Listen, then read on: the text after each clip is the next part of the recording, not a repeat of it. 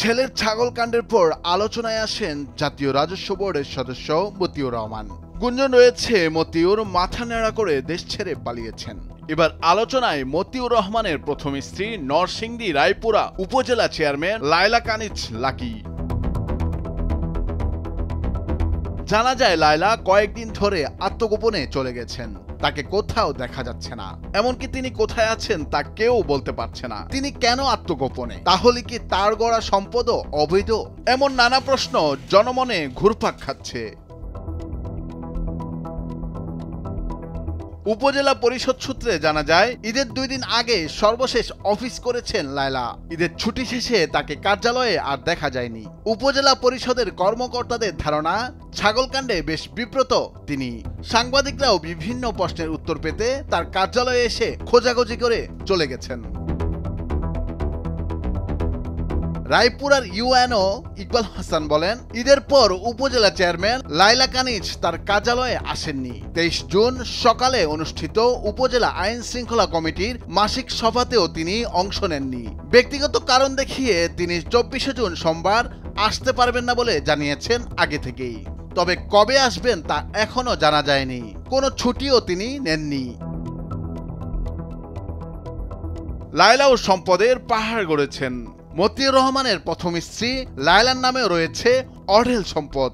সরকারি কলেজের একজন অবসরপ্রাপ্ত শিক্ষক হয়ে কিভাবে তিনি এত সম্পদের মালিক হলেন তা নিয়ে প্রশ্ন উঠেছে।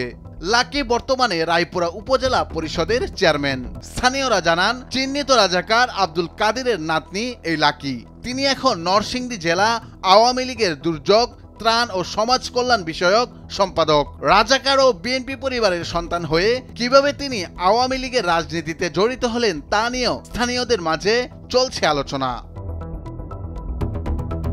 লাকি ছিলেন রাজধানীর তিতুমির সরকারি কলেজের বাংলা বিষয়ের সহযোগী অধ্যাপক। শিক্ষকতার পাশাপাশি রায়পুরা উপজেলার মরজালে নিজ এলাকায় প্রায় 1.5 একর জমিতে ওয়ান্ডার পার্ক ও ইকো রিসোর্ট নামে একটি বিনোদন কেন্দ্র গড়ে তোলেন তিনি। গত বছর উপজেলা চেয়ারম্যান সাদিকুর রহমান মারা গেলে স্বেচ্ছায় চাকরি ছেড়ে উপনির্বাচনে প্রার্থী হন এবং বিনা প্রতিদ্বন্দ্বিতায় চেয়ারম্যান হন।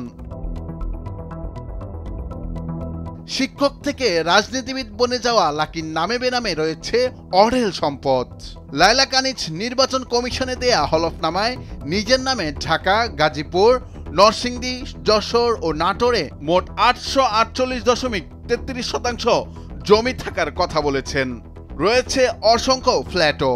এর মধ্যে ঢাকার মিরপুরের মাজার রোডের এক ভবনই 4টি ফ্ল্যাটের নম্বর উল্লেখ রয়েছে। এছাড়াও ব্যাংকে রয়েছে কোটি কোটি টাকা। নুরুল আফসার, নিউজ ডেস্ক, ভোরের কাগজ।